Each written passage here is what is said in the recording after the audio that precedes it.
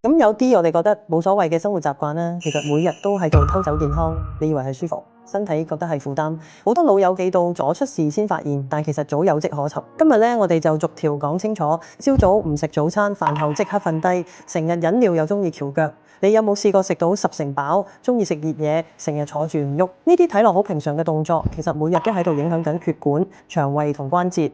仲有啲人一日飲唔夠幾杯水，餐餐都愛食油膩嘢。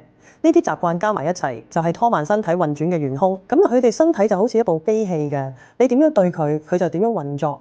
唔食早餐會令到血糖低，成個人冇晒精神，甚至頭暈。成日食油膩嘢會令到血脂高、血管塞、心臟負擔會越嚟越重。飲水少會令到血濃過稠，仲會傷腎同引起便秘。食熱嘢會刺激食道黏膜，長期會有發炎風險。飲料傷膀胱，仲會引發尿道發炎同結石。翹腳會壓住條腿嘅血管，坐得耐會麻痹酸痛，連脊椎都受影響。食得太飽會加重腸胃負擔，容易積聚脂肪。食完就瞓會消化不良，脂肪堆積仲會影響瞓得唔好。長期唔喐會令骨質疏鬆、肌肉萎縮，免疫力都會跌。每個習慣睇落微不足道，但係加埋一齊就係健康嘅大敵。